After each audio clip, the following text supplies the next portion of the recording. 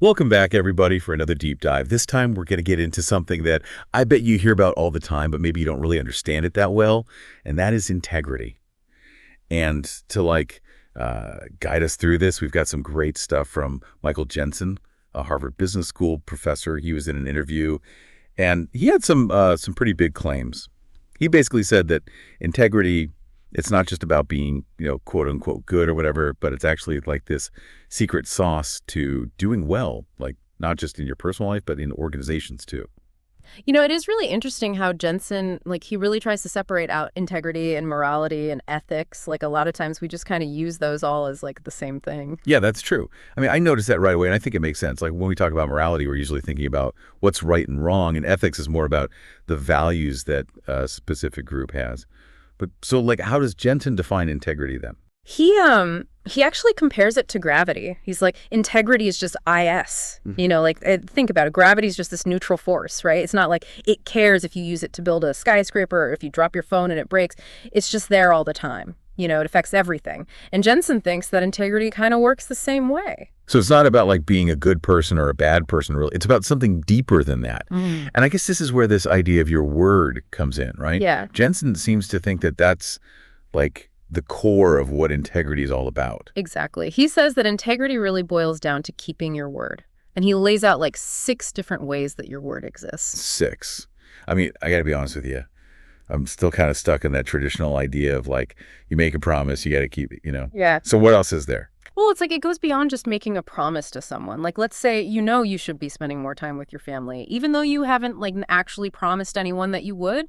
According to Jensen, that still falls under keeping your word. Oh, and even societal expectations, those count too. It's we're expected to pay our taxes and follow traffic laws and stuff. We didn't individually make a promise to do those things, but it's still a form of commitment. That is an interesting way to think about it. It's expanding what your word even means beyond just those specific agreements that we make with other people. But okay, so then Jensen says that you can still have integrity even if you don't keep a promise. I gotta say, that's a little hard to wrap my head around. Isn't that the opposite of integrity? Yeah, that's where it gets really interesting. Jensen's point is that integrity isn't about being perfect. You're not going to keep every single promise you ever make. Life just doesn't work that way. Things come up, things change. What matters is how you handle it when you can't keep your word. If you just admit that you're not going to be able to do what you said and you explain why, and then you clean up any mess that you might have made, well, then you're still acting with integrity. So it's not about never breaking a promise. It's about how you deal with it when you can't follow through. Do you have an example from Jensen's work that could maybe make this a little clearer? I always find it's easier to understand these kind of concepts if I can picture a real story. He tells this great story about a hotel. They accidentally overbooked all their rooms. So they had all these people with reservations and they couldn't keep their promise to give them rooms. But they didn't try to downplay it or blame someone else. They went all out to make things right. They found other places for their guests to stay. They paid for it. And they even gave them extra stuff to make up for the trouble. And in the end, those guests walked away feeling good, even though the hotel messed up. Wow, that really does change things, doesn't it? Yeah. It's not about trying to be perfect. It's about being accountable and fixing things when they go wrong. It makes integrity seem a lot more realistic now. I think so too. And this is where that whole connection between integrity and performance comes in. Jensen doesn't just see integrity as a nice thing to have. He says it's the key to doing your best, whether it's you personally or if it's an entire organization. That's a pretty bold claim. What evidence does he have to back that up? He uses his own organization as an example, SSRN. He said that once they really started making integrity a top priority, their output went up by 300%. 300%. Now, that's a huge difference. How did they do that? Did they have specific things that they did to actually build integrity within the organization? I'm really curious about how you go from this abstract idea to making it real in a workplace. Yeah. That's the big question, isn't it? How do we actually live and work with integrity? Especially when it seems like everyone's always telling us to just focus on making money and getting ahead, even if it means cutting corners. Jensen thinks that one of the biggest problems is that we use cost-benefit analysis way too much. He says that using that framework for every decision, especially when it comes to integrity, can get us into trouble. I can see that. I mean, we're taught to weigh the pros and cons and look at risks and rewards in every part of our lives. But are you saying that when it comes to integrity, thinking that way can actually make things worse? Exactly. Like, imagine if we treated integrity like it was just another number on a spreadsheet. Like, is it worth keeping my word, or is it better to break it because it'll make me more money? That just turns integrity into some kind of business deal, and it totally destroys the trust that it's supposed to be built on. So if we shouldn't be using cost-benefit analysis, then what does Jensen think we should do?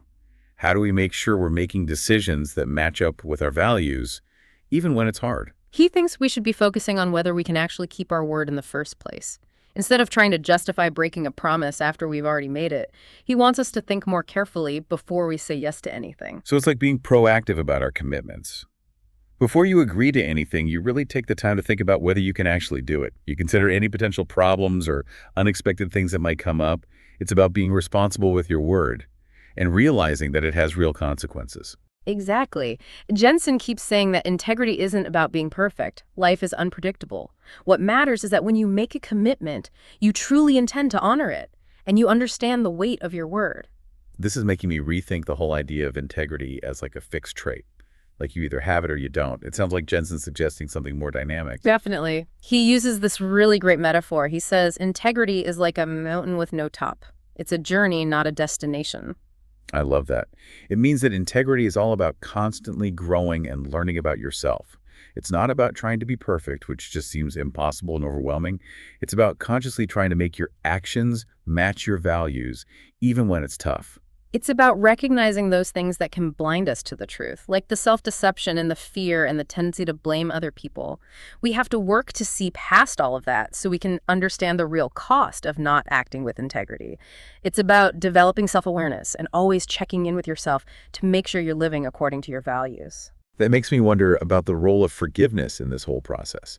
I mean, we're supposed to be striving for integrity, but we're also human and we're going to make mistakes. So how do we deal with those times when we realize we haven't lived up to our own standards? That's a really important point. Jensen doesn't talk specifically about forgiveness in this interview, but I think it's a crucial part of developing integrity. If we beat ourselves up every time we mess up, it's going to be almost impossible to get back on track. We have to be able to admit our mistakes, take responsibility, and then be kind to ourselves. It's about learning from those experiences and using them to grow. So it seems like finding that balance between holding ourselves accountable and giving ourselves grace is key. Otherwise, we're just going to get stuck in a cycle of guilt and shame, and that's not going to help us move forward with integrity. You got it. It's all about recognizing that we're all a work in progress. And even when we don't live up to our own expectations, we can still choose to act with integrity by owning our mistakes, making things right, and recommitting to our values. This whole idea of integrity as a journey, as a mountain with no top, it's really powerful. It takes the pressure off of trying to achieve some impossible ideal, and instead it encourages us to embrace the process of growing and discovering who we really are. It makes me want to be more careful about the commitments I make and really understand the importance of my word and how my actions affect other people. That's exactly what we're hoping to do with these deep dives. We want to offer new perspectives, challenge assumptions, and help people really engage with these important ideas on a deeper level. For sure. So as we wrap up our deep dive into integrity, we want to leave you with one final thought to think about. Remember Jensen's analogy of integrity as a mountain with no top. It's a journey, not a destination. Ask yourself, what would it look like for you to embrace that journey, to actively cultivate integrity in your own life, not as a goal to achieve, but as an ongoing practice? Keep that question in mind as you go about your day. Thanks for joining us, and until next time, keep seeking knowledge, keep asking questions, and keep diving deep.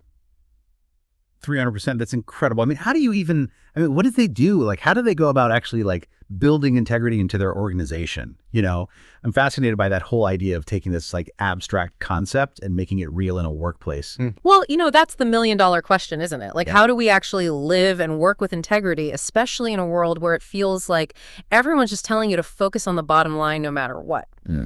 Jensen actually thinks that one of the biggest problems is that we overuse cost-benefit analysis. He says that applying that to every decision, especially when it comes to integrity, well, it can create this slippery slope. Yeah, I can see that. I mean, we're pretty much taught to weigh the pros and cons, assess risks and rewards for like everything you know. But you're saying that when it comes to integrity, thinking that way can actually be counterproductive. Exactly. Like, imagine if we treated integrity as just another factor in a spreadsheet, you know? Like, is it worth keeping my word, or is it better to break it because it'll save me money or something? That kind of thinking reduces integrity to a transaction, and it completely undermines the trust that it's supposed to represent. So if we shouldn't be using cost-benefit analysis, then what does Jensen suggest? Like, how do we make sure that we're making decisions that are in line with our values, Right. even when it's difficult? Well, he thinks we should shift our focus. Instead of analyzing whether it's worth honoring your word, he says we should be more careful about whether we can realistically give our word in the first place. So it's not about trying to justify breaking a promise after you've made it. It's about being more mindful up front. So it's like a pre-commitment strategy. Before you say yes to anything or make a promise, you take the time to think, can I actually follow through with this? Are there any potential roadblocks or unforeseen circumstances that I need to consider? It's about being responsible with your commitments and understanding that they have real consequences. Exactly. And, you know, Jensen keeps emphasizing that integrity isn't about achieving some kind of perfect record. Life happens, things change. What matters is whether you're entering into commitments with a genuine intention to honor them and recognizing that your word carries weight. This is really challenging that whole idea of integrity as some static quality. Like you either have it or you don't. It sounds like Jensen is suggesting something more dynamic. Oh, absolutely. He uses this beautiful metaphor. He says integrity is like a mountain with no top. It's not a destination, it's a journey. I love that. It really does imply that integrity is all about continuous growth and self-reflection.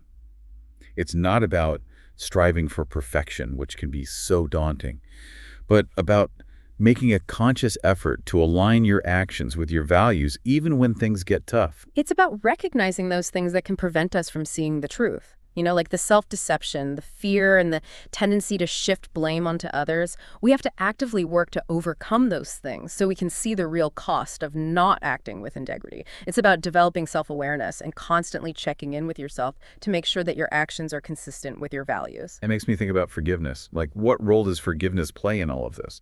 We're striving for integrity, but we're also human. We're going to make mistakes.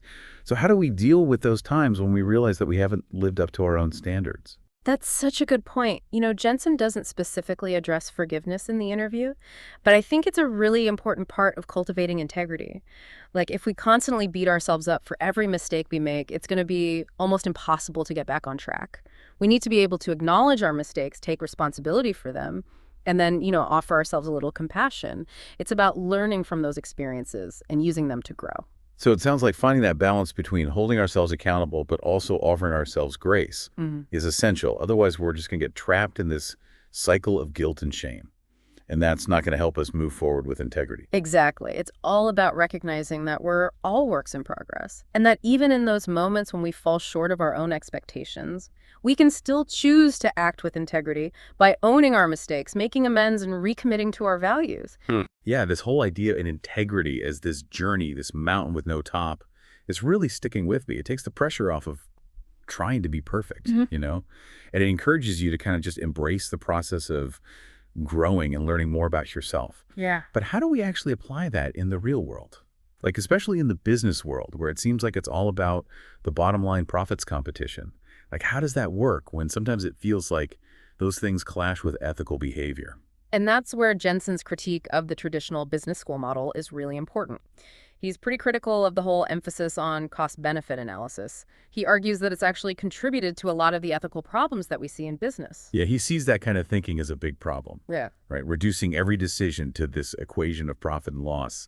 It's like we've forgotten that some things you just can't quantify like that. Exactly.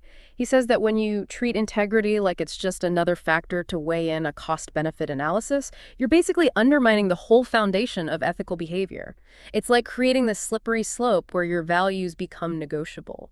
They depend on whether upholding them aligns with your financial interests. Right. It's like that saying, what's right isn't always popular, and what's popular isn't always right. Sometimes doing the right thing means sticking to your principles, even if it seems like it's going to cost you in the short term. And that's where courage comes in. You know, Jensen doesn't explicitly talk about courage in this interview, but I think it's a really important part of living with integrity. It takes courage to admit when you're wrong, to own up to your mistakes, and to do what you believe is right, even when it's hard or unpopular. You're right. I mean, think about the courage it takes to speak truth to power, to challenge the status quo, to say no when everyone else is saying yes.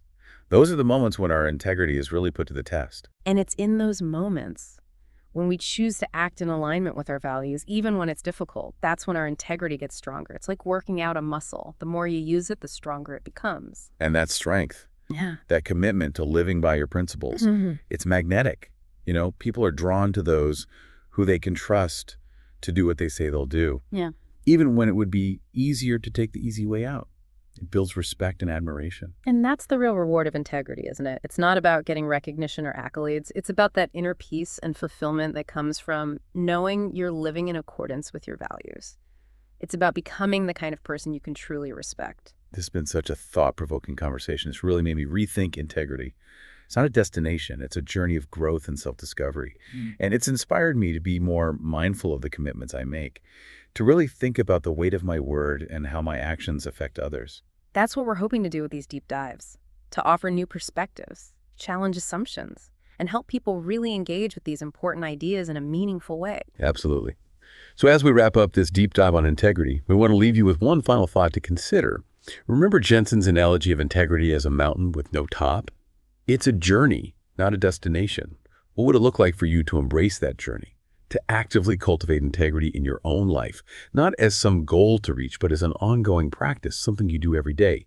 Keep that question in mind as you go about your day.